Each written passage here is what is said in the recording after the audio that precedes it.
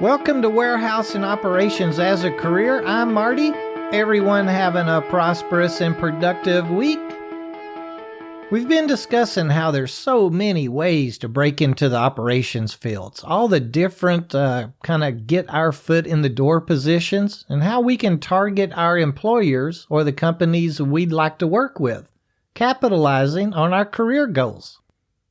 Something that came up this week was, those new gig apps out there. Something relatively new, but you've probably heard someone that's been talking about them. Basically, you download an app that employers post job assignments on. Usually for fill-in or special assignment tasks that they need someone to work a day or two. Maybe something where little to no training is going to be involved. They just have some things that need to get done. We're seeing them branch out into general labor assignments now too. I think the warehousing industry is starting to recognize them. I know a couple of facilities experimenting with them for unloaders, pallet runners, and even order selectors.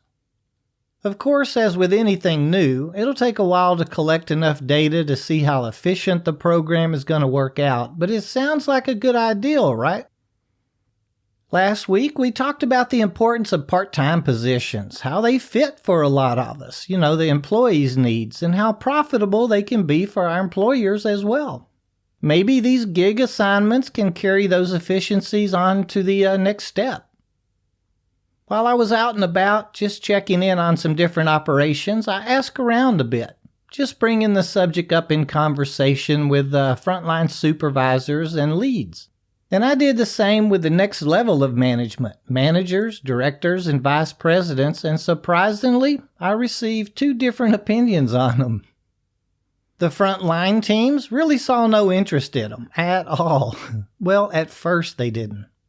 Now, it's important we remember these are the guys and gals that are responsible for getting things done. The doors closed every day, and all the training that goes along with a new boot on the floor. The first things I heard were concerns with productivity, error ratios, and safety, of course.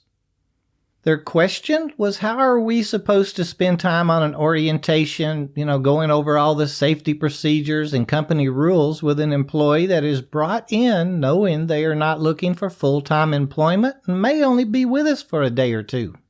Those are all valid points. But we'll come back to that in just a moment. Now, the managers, directors, and vice presidents all found interest with the ideal and wanted to know a little bit more about the different programs that are out there. And think about it. On the surface, there's quite a few pros with the ideal. Something like this may be great for when an associate calls in sick. Simply post to the app that you need someone for the day. A pre-screened and qualified task experienced person clicks accept and is at your facility within the hour. Or say you have a special assignment, something like moving some racking around or recalibrating the available cube with a lot of your slots and just need someone to raise or lower a lot of crossbars. You would post the job to the app and someone that has done that type of work before clicks accept and shows up for the shift the next day.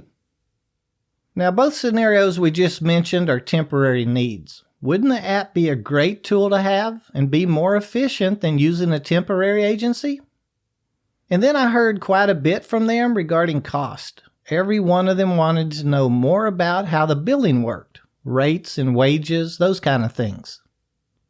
And what about us as employees? Well, we all need to work. Like we discussed last week, we could have other responsibilities that prevent us from working a full-time job. Or sometimes we just need a little part-time position to fill in, too many of our off hours. Maybe we can only work on the weekends.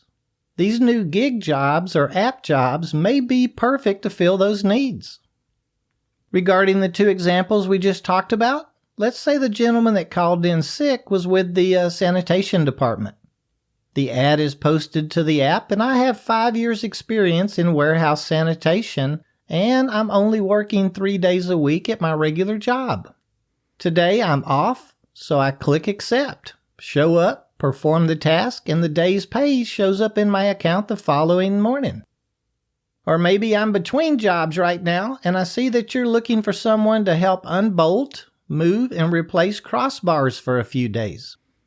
I've done that before, so I hit accept on my phone and work for you until the task is complete. Sure sounds like a win for us employees to me. So like I said, this discussion came up last week and I wanted to learn a little bit more about it. I spoke with a company utilizing the gigs in 4 different states and 6 cities. Some locations have seen great success while others do struggle a little bit. From what I gathered, and it makes perfect sense when you think about it, it could be a region thing or a location thing. And, that can really come into play when looking for experienced and available talent. If I'm posting for an experienced electric rider jack operator, and I want him to do some pallet running for me, but we're in a town that only has 2 industrial facilities, there may not be a person with that experience that's not working right now. Hence, there'll be no one to accept my post. I wanted to know how to apply, so I asked a few questions, and it's pretty simple actually. All I'd have to do is build a profile in one of the many different apps out there, list my past experiences, any equipment I've used before, along with giving myself a grade on how proficient I was on it, and give them a direct deposit routing number to an account to deposit my earnings into. I liked how I could even give them numbers to any non-conventional banking apps as well. It's really just like filling out an application. Now someone is going to give us a call, an interview I guess you could say, really just to verify that we can perform the task that we listed on our application. And the kicker here is that our assignments will be rating us on how well we perform the tasks that they assign to us. Which is really great because if an employer is looking for someone through a post, I'm certain they would rather choose a pallet runner with 5 stars using the equipment over someone with only 2 stars. So lesson 1 would be to be successful with the gigs, we'll need to be honest on the application. I spoke with 7 people that's working the gigs and all of them have loved the experience. Everyone brought up, the being paid the next day is a huge plus. Now, a couple of them did get in a little over their heads, maybe exaggerating a little on their profile, and immediately went back and fixed it. They all felt like you needed to do everything that you can to keep at least a 4-star rating so that you will get picked for the assignments. So let's go back to those concerns, those very valid concerns that our frontline leads and supervisors had. One of their biggest concerns was training and safety. Taking even half of a shift, to train a gig employee on how to do the job. And I mentioned how at first, they had no interest hearing about the programs. After pointing out how you wouldn't necessarily post for all of the positions in your facility, but how something like this may be the perfect fit for others, most of them opened up a little bit. We need to remember these individuals aren't actually new boots to warehousing. They know all of the safety regulations and how to perform the task in general.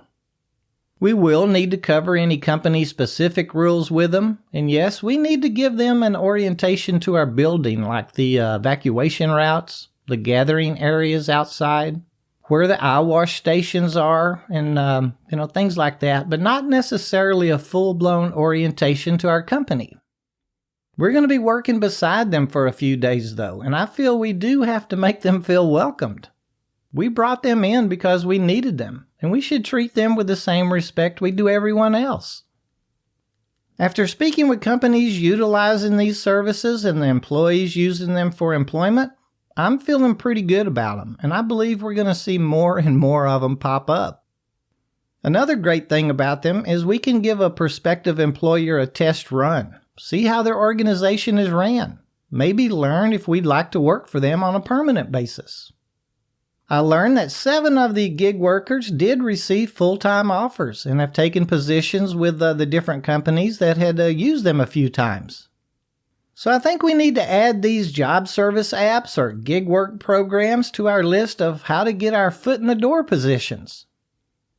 Well, there's a little on what I learned last week. You may know someone that should check them out. I think they can be pretty useful. And if any of y'all have worked through a service app before, please send us an email to host@warehouseandoperationsasacareer.com and let us know how it worked out for you. If you'd like a little more information on gig work, start a feed on our Facebook or Twitter pages where you can find us using that little @ WHSEANDOPS. Well, thanks for stopping in today, and please ask a friend to subscribe to us on Apple Podcasts, Google Podcasts, or any of their favorite podcatchers. Until next week, be prosperous, productive, and please be safe in all that you do.